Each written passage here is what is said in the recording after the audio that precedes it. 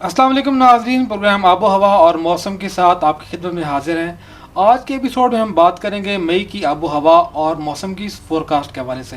हमेशा की तरह आज भी हमारे साथ स्टूडियो में मौजूद हैं माहिरीन मौसमियात डॉक्टर शहजादा अदनान साहब और डॉक्टर दिलदार हसन कादमी साहब। अच्छा डॉक्टर अदनान साहब, ये बताइए कि आमतौर पर पाकिस्तान के मुख्तलिफ हिस्सों में मई के महीने में आबो हवा कैसी रहती है? रिजवान, जो मई का महीना है ये बाकायदा पाकिस्तान में मौसम गर्मा के आगाज़ का महीना जो है तस्वर किया जाता है। नॉर्मली जो है जो क्लाइमेट अगर हम देखें तो ये साल का दूसरा गर्म तरीन महीना है। जून सबसे ज़्यादा गर्म होता है और ये दूसरा गर्म तरीन महीने में शुमार उसका होता है। और इस महीने में अगर बात करें दर्जा हरारत की, तो दर्जा हरारत अमूमन जो है वो एकदम उसमें इंक्रीज़ आता है। मैदानी इलाकों में जो है स्पेशली बाज़ दफ़ा वो 40-45 डिग्री दिन में जो है मैक्सिमम दर्जा हरारत अप्रोच कर जाते हैं। जबकि जो शुमाली हिस्से हैं पाकिस्तान के, जिसमें गिलगित बल्तिस्तान है, बलाई खैबर पख्तूनख्वा के इलाके हैं, वहाँ पर टेम्परेचर जो है वो 30-35 तक रहते हैं। अगर हम बलूचिस्तान की बात करें तो वादी कल्लात, वादी कोयटा में टेम्परेचर वो 35 तक रहता है। कोस्टल एरिया में है टेम्परेचर वो 35 से 40 के दरमियान। और अगर हम बलूचिस्तान के जो साउदर्न पार्ट है, जिसमें तुर्बत वगैरह केच के इलाके हैं और लसबेला आ जाएगा, या इंटीरियर सिंध के इलाके हैं जिसमें नवाबशाह, मोंजोदड़ो, लाड़काना, पटीदन वगैरह के इलाके हैं, यहाँ पर टेम्परेचर जो है वो भी 45 को टच करता है और बाद में 45 से बढ़ जाता है। साउथ पंजाब की अगर बात करें तो उसमें भावलनगर, भावलपुर, रहीम यार खान, मुल्तान, खानेवाल, इन इलाकों में भी टेम्परेचर 40 को क्रॉस करता है। बाकी अगर हम सेंट्रल पार्ट हैं जो फैसलाबाद, कसूर के इलाके हैं, यहाँ पर टेम्परेचर जहाँ भी जो है वो नॉर्मली टेम्परेचर 40s में आता है, 35 से क्रॉस करता है। जबकि पोठवार के इलाके हैं या आपका नॉर्थ ईस्टर्न पार्ट है जिसमें सियालकोट, गुजरांवाला, मंडी बावजीन के इलाके हैं, यहाँ पर भी दर्जा हरारत जो है वो 40 को टच करता है, बाद में 41-42 डिग्री होते हैं। तो ओवरऑल जो है दर्जा हरारत तो बड़े जो है इस महीने में नॉर्मली इंक्रीज़ करते हैं। जबकि बारिशों का जो है वो इस तरह वाइड स्प्रेड रेन नहीं होती। झक्कड़ चलते हैं, आंधी आती हैं, लू चलती है और बारिशों के जो है यालाबारी जो है वो हीटिंग की वजह से कन्वेक्टिव सिस्टम डेवलप होते हैं। और तो सम टाइम 2 से 3 सिस्टम नॉर्मली प्रिवेल करते हैं, लेकिन उनका इम्पैक्ट जो है वो आइसोलेशन में रेन होती है, वो कहीं भी यानी ऑब्जर्व की जा सकती है, लेकिन ज़्यादा उसका इम्पैक्ट जो है वो जो हमें नज़र आता है वो पाकिस्तान के शुमाली हिस्सों में नज़र आता है। सही। अच्छा डॉक्टर, ये बताइएगा कि इस दफ़ा भी क्या कोई टेम्परेचर में इंक्रीज़ आएगा और क्या बारिशें वगैरह कोई आपने देखी हैं कि होंगी इस महीने में?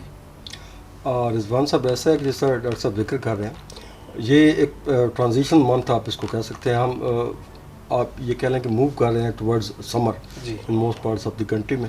तो इसमें ये सूरत हाल रहेगी कि हम ये एक्सपेक्ट कर रहे हैं कि जो हमारा अपर हाफ है उसमें कंपैरेटिवली रेंज जो है ना, वो आप ये कह सकते हैं कि नॉर्मल से थोड़ी सी ज़्यादा हम एक्सपेक्ट कर रहे हैं। उसकी वजह से जो टेम्परेचर्स होंगे वो भी, जो आप ये कह लें कि जो हमारे पंजाब के खसूसन जो नॉर्दर्न पार्ट्स हैं, सेंट्रल पार्ट्स हैं, केपी की मोस्ट ऑफ पार्ट्स हैं सिवाय चित्राल बेल्ट के, और बलूचिस्तान की जो नॉर्दर्न बेल्ट है, वहाँ तक जो टेम्परेचर्स होंगे वो कंपेरेटिवली नॉर्मल से थोड़े से कम रहने के इम्कान है।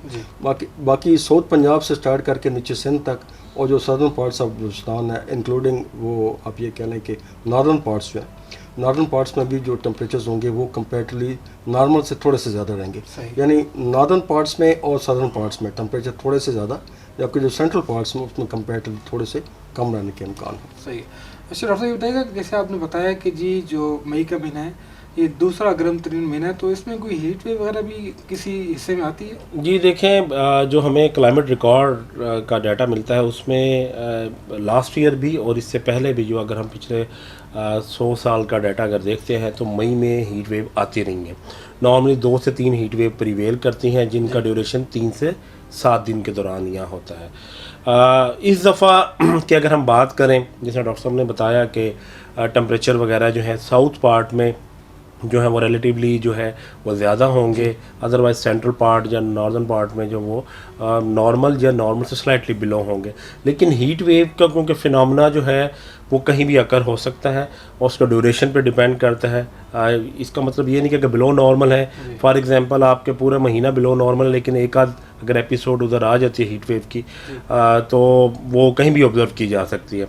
अगर हम नॉर्मली हीट वेव का जो ज़्यादा फोकस है वो ज़्यादा साउदर्न हाफ में नज़र आता है, जिसमें आपके चोलिस्तान, थरपारकर है, इसी तरह बलूचिस्तान के जो सेंट्रल और साउदर्न पार्ट हैं, इस तरह कराची वगैरह, हैदराबाद जो है, और central part of the Sindh, ये ज़्यादा की एरियाज़ हैं जहाँ पर हीट वेव प्रिवेल करती है।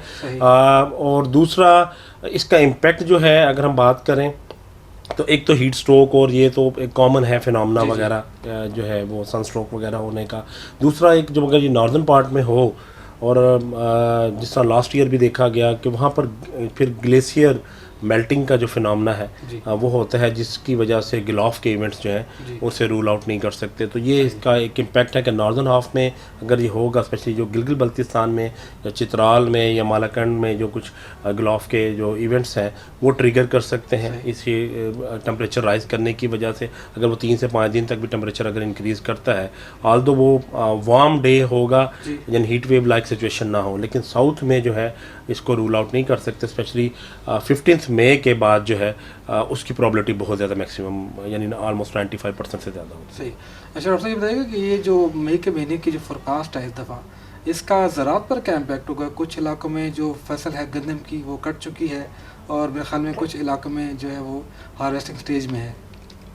जी, इस तरह से है कि क्योंकि गंदम बहुत इंपॉर्टेंट फसल होती है हमारे पूरे मुल्क के लिए, तो जो हमारा सदर्न हाफ है उसमें तकरीबन कट चुकी है, अगली फसल में एंटर हो चुके हैं। लेकिन जो हमारा नॉर्दर्न हाफ है या अपर आप कह लें, उसमें कुछ एरियाज़ में अभी तक लोगों ने कटाई की हुई है, लेकिन वो जिसको हम घाई कहते हैं, थ्रेशिंग कहते हैं, वो कंप्लीट नहीं हुई। तो उन एरियाज़ के लिए ये एक आप कह सकते हैं कि एक हो सकता है उनके लिए एक डैमेजिंग पॉइंट, क्योंकि रेनफॉल थोड़ी बहुत हम एक्सपेक्ट कर रहे हैं, उसके साथ स्ट्रॉन्ग विंड्स और हिलिंग वगैरह एक्सपेक्ट कर रहे हैं, तो उन लोगों के लिए वो बड़ा प्रॉब्लमेटिक हो सकते हैं। हम यही कहेंगे उनसे कि आप फोरकास्ट के साथ मुंसलिक रहें, अपडेट्स लेते रहें, उसके मुताबिक अपना प्लान करें। लेकिन जो आपका सदर्न हाफ है, specially starting from south Punjab, वहाँ पे क्योंकि टेम्परेचर्स भी थोड़े से ज़्यादा हैं और रेनफॉल भी कुछ ज़्यादा इम्कान नहीं है उसका, तो अगर थोड़ी बहुत कहीं पे रेन हो भी जाती है तो वो फ्रूटफुल होगी अपकमिंग क्रॉप्स के लिए, क्योंकि वहाँ पे काटन बहुत सारी जगहों पे लोग ग्रो कर चुके हैं, और बाकी जो फसलें हैं खरीफ की वो उनके लिए वो तैयारी कर लें, इसलिए खरीफ के लिए कंपेरेटिवली अच्छा होगा। लेकिन जहाँ जहाँ रबी क्रॉप्स हैं उनको चाहिए कि वो अपडेट्स लेते रहें ताकि किसी नुकसान से बचा जा सके। इसका मतलब जो किसान हजरात हैं वो हमारे साथ, हमारे महकमे के साथ जो है हर वक्त राब्ते में रहें, ताकि उनकी जो फसलें हैं उनका नुकसान ना हो। जी जी जी, बिल्कुल। बहुत शुक्रिया सर। आपको आज का प्रोग्राम कैसा लगा कमेंट सेक्शन में ज़रूर बताइएगा।